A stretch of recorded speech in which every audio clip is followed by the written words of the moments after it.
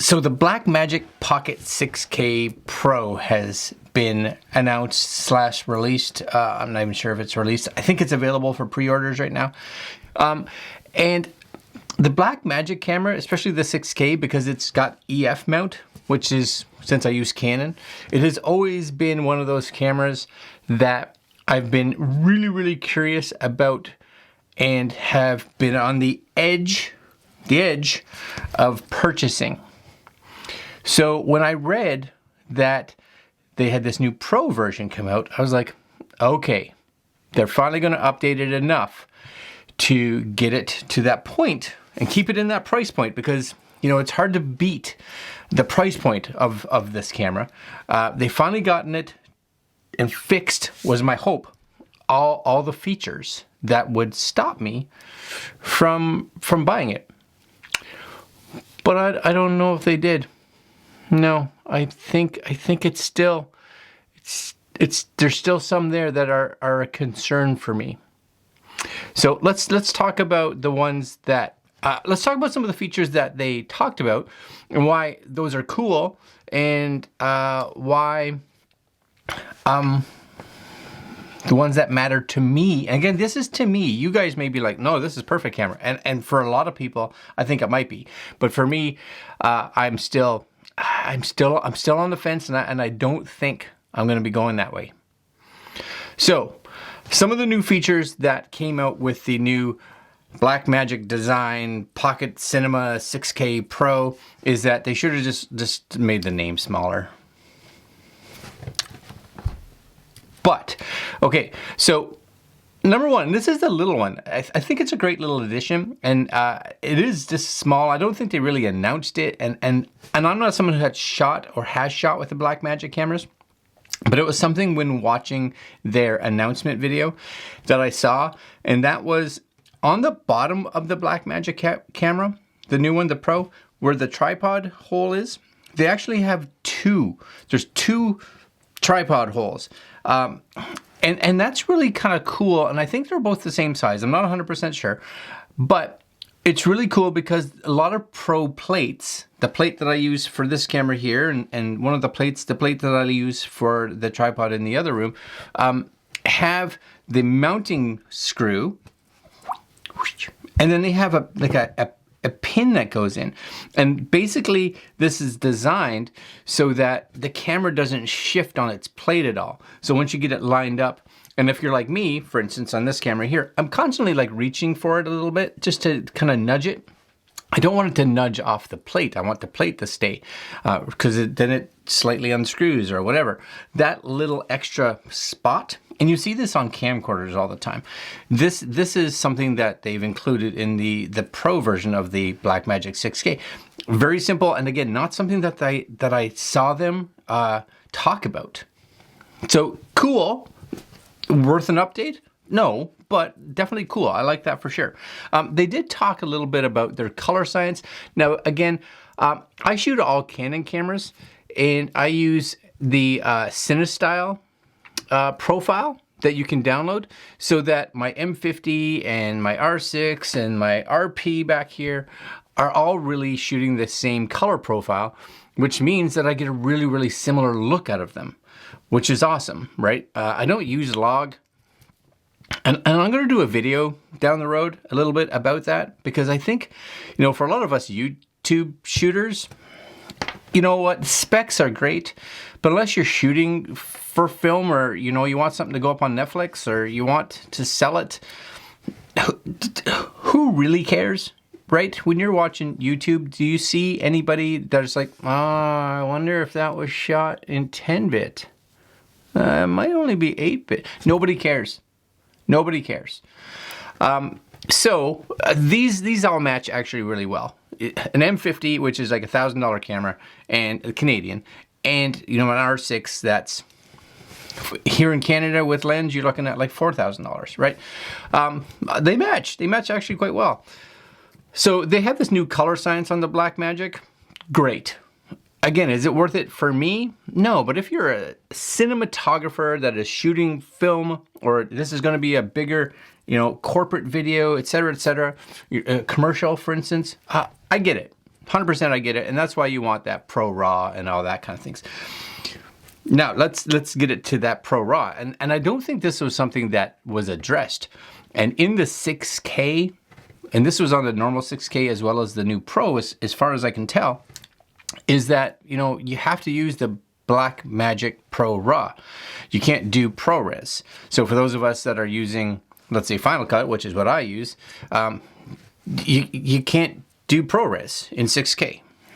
Is that an issue? It is for me because I use Final Cut.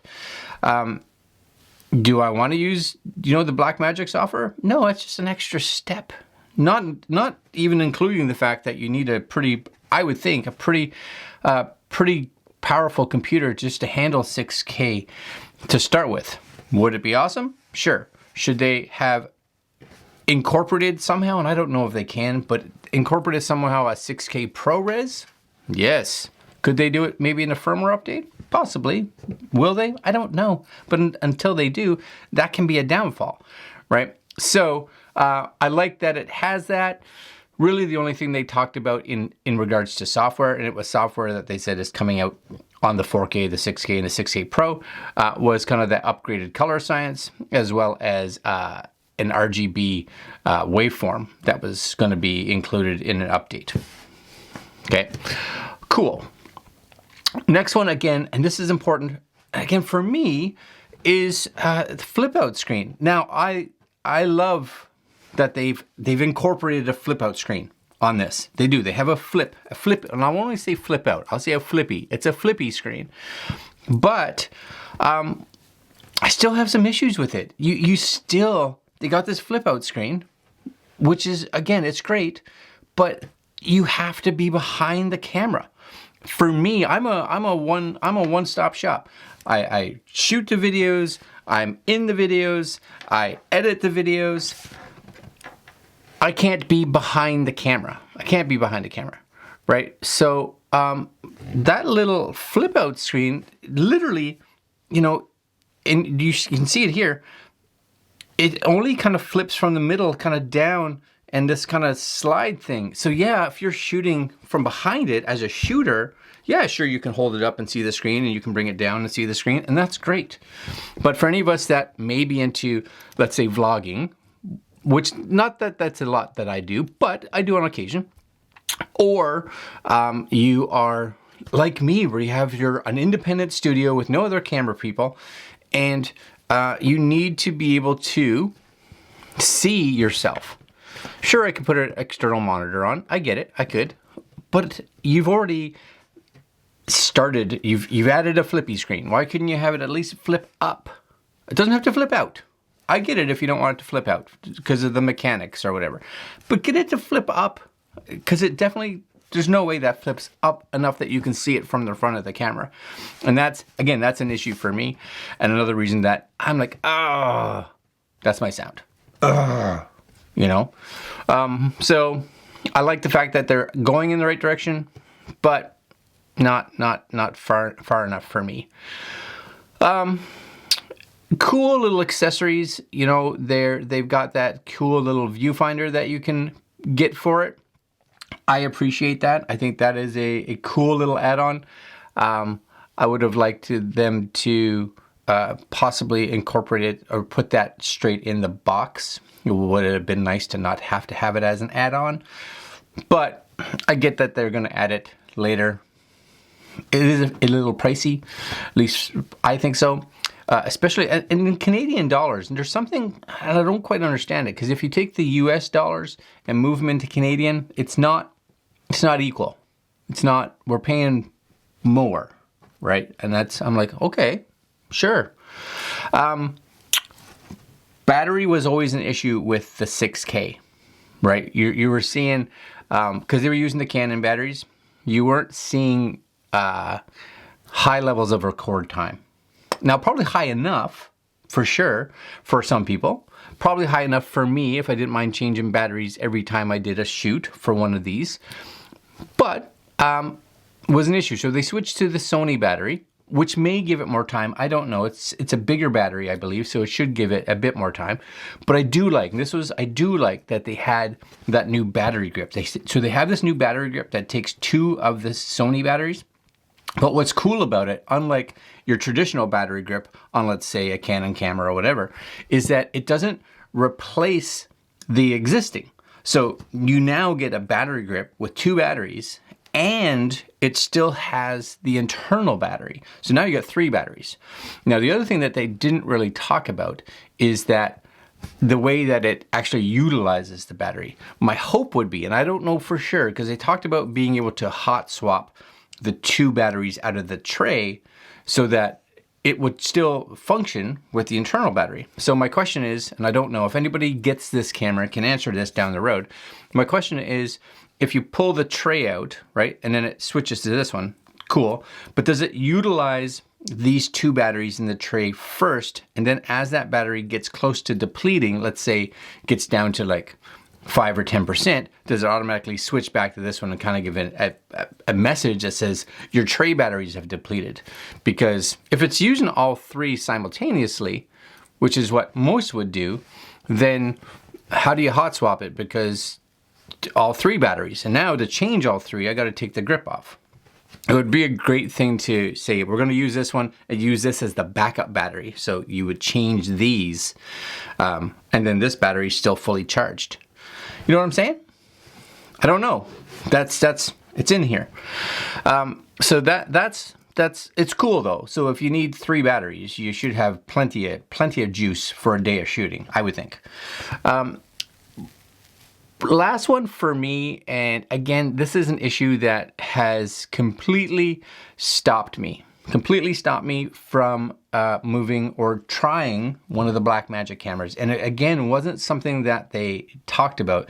I was kind of excited at the end of this video where they were just like, so software-wise, what we have done with the 4K to 6K and will be coming out for these cameras, and I'm like, oh, they're gonna fix it, was autofocus. I honestly, like this camera, it's because it's my primary camera, and one of the biggest reasons that I bought the R6, which is what's shooting this video right now, is that it has continuous dual pixel eye tracking autofocus. It is rock solid, as long as everything's lit well, beautiful. This camera over here, and I have the focus peaking turned on so I can kind of tell where it's focused. So I know if I come in here, I hit focus a bit better. If I'm back here, I'm out of focus. I have to kind of sit here, but I have the focus peaking turned on so I can see it. Now, because I'm fairly stationary, it works. But to get it to hit focus at the start was a bit of a pain because, you know, you're tinkering and tinkering, coming, sit where you're going to sit. You kind of get back and you're like, nope, try it a bit. And every time I go to play with this camera, I end up hitting the manual focus ring, and it messes it up and I have to tinker again. Would it be awesome to have a camera that can go here that has dual pixel autofocus in 4K? Because I shoot everything in 4K. Yes, but I don't have it right now.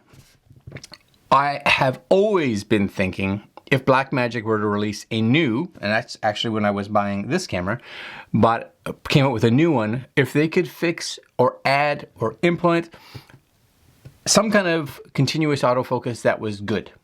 Like they have contrast detection, like a push autofocus, and even then it hunts, right? And I get it for a cinema camera. Most people are going to be shooting manual. They're going to have someone that's going to be doing their rack focusing and all that kind of stuff, but not me. I so wanted to be able to be, this is the camera, the new Pro, this is the camera, this is it. Or even the old 6K. Give me some kind of autofocus that actually functions super well. Because if not, I just keep using the M50. I have to treat it the same way. I have to manual focus. I have to turn on focus peaking. And honestly, for those of us that are shooting YouTube videos, which, you know, this is a pocket camera. It is what it is. It's priced to get people that are kind of in this budget to look at their cameras. I don't know why they're not focusing so much on autofocus, getting that autofocus to function. I would, without question, if this said we've got some kind of dual pixel autofocus, I'd be like, yep, buying it. Done. Saving up my pennies, buying it. But I can't. I can't. That's a feature that I need, right? It's a feature that I need. Autofocus is so important, I think, nowadays. And it's the only reason, it's honestly the only reason that I don't think I would look at this camera. And I keep saying don't think. It's got my thought on it. I want to like it. I want to be like, oh, I want to try this camera. But that autofocus, it's just, until somebody reviews it, and I'm sure Blackmagic isn't going to send it to me, and I can't go out and buy it and be like, I hope the autofocus works. It's a no-go. What I'm thinking about is possibly replacing this camera. Am I in focus? There we go. This camera, replacing this camera and getting myself an EOS R. Because I'm shooting with an M50 now, which just got all the crops on it in 4K, right? An R would be better. And even though it has the crop in 4K, it still has dual pixel autofocus. So it would lock on. And I could move. I could do this and not be concerned. You know? Old Greg from the future is here. Not old Greg. A little bit old. Oh, that's all right. Greg from the future. I can't remember which my hat was. Greg from the future. I was watching my video. I'm editing the video. And I forgot one of the features of the Blackmagic that they've implemented into the Pro that actually I really like. I forgot about it. So I'm cutting this in. Is they have built-in ND filters, which is super awesome. So they have a motorized electronic ND filter.